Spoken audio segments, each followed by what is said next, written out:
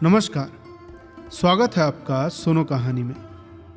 आज की कहानी है सुभाषित रत्न। इसके लेखक हैं श्री माधवराव सप्रे। तो आइए सुनते हैं। एक दिन एक विद्वान ब्राह्मण किसी धनवान मनुष्य के पास गया और कहने लगा, महाराज, मैं कुटुंब वत्सल पंडित हूं। आजकल भयंकर कराल रूपी दुष्काल ने चारों ओर हाहाकार मचा दिया है। अन्न महंगा हो जाने के कारण अपना चरितार्थ नहीं चला सकता। आप श्रीमान हैं, परमेश्वर ने आपको अटूट संपत्ति दी है। कृपा करके मुझे अपना आश्रय दीजिए। इससे मेरी विद्वता की सार्थकता होगी और आपका नाम भी होगा। बिना आश्रय के पंडितों की योग्यता प्रकट नहीं होती।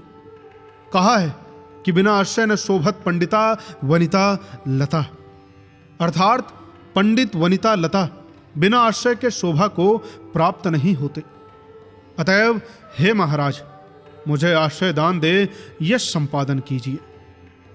पंडित जी का उक्त प्रस्ताव सुनकर धनिक महाशय ने कहा, अरे पंडित जी सुनिए तो, द्रव्य प्राप्ति के लिए हमें कई प्रकार के उद्योग करने पड़ते हैं। हमारे परिश्रम से कमाए हुए धन में तुम्हारा क्या हक है? हर एक मनुष्य को चाहिए कि स्वपराक्रम से द्रव्यार्जन करे। निरुद्योगी मनुष्य को आश्रय देने से देश में आलस की वृद्धि होती है। क्या तुमने पाश्चात्य लोगों का मत नहीं सुना? तुम तो बड़े विद्वान हो, फिर दरिद्र की नाई भीख क्यों मांगते हो? जो विद्या तुमने सीखी है उसके बल पर कुछ रोजगार करो, नहीं तो नौकरी करो। सच है, पंडित जी ने कहा। महाराज सच है, आप बहुत ठीक कहते हैं। हम विद्वान होकर ऐसे दरिद्र क्यों हैं? इस बात की शंका जैसे आपको आई वैसे ही मुझे भी आई थी। इस शंका का निवारण करने के लिए एक दिन मैं प्रत्यक्ष लक्ष्मी के पास गया और उससे पूछा कि हे पद्य मूढ़ जने ददासी द्रविणम विद्वत्सु किम मत्सरो। हे लक्ष्मी, तू ऐसे उस धनिक की ओर अंगुरी बताकर मूढ़ लोगों को द्रव्य देती है और विद्वानों को नहीं देती, तो क्या तू विद्वानों का द्वेष करती है? इस पर लक्ष्मी जी ने उत्तर दिया कि हे ब्राह्मण, ना हम मत्सिरणे न चापी चपला निवास्ति मूर्खे रति मूर्खेभ्यो द्रविणम ददामि नितराम तत्कारणम श्वेताम विद्वान सर्वजनेषु पूजित तनु मूर्खस्य नान्या गति। मैं विद्वानों का मत्सर नहीं करती, मैं चंचल भी नहीं हूं और न मैं मूर्खों पर कभी प्रेम रखती हूं, परंतु मूर्ख मनुष्यों को नितराम में द्रव्य दिया करती हूं। उसका जो कारण है वो सुनो। विद्वान लोगों की तो सर्वत्र पूजा हुआ करती है और मूर्खों को कोई नहीं पूछता। इसलिए मैं मूर्खों को द्रव्य दिया करती हूं, क्योंकि उन्हें दूसरी गति ही नहीं है। महाराज, लक्ष्मी जी का यह उत्तर यथार्थ है। आज मुझे उसका अनुभव मिला। आप भी इसी मालिका में हैं, यह बात मुझे विदित न थी।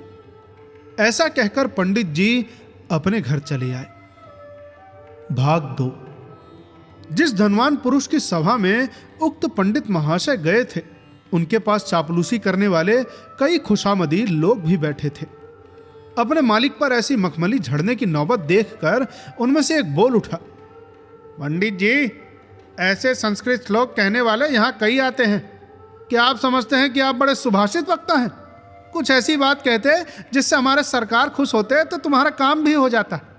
इस मुंह देखी बातें करने वाले मनुष्य को अब क्या करें? बेचारा सुभाषित का महत्व तो नहीं जानता।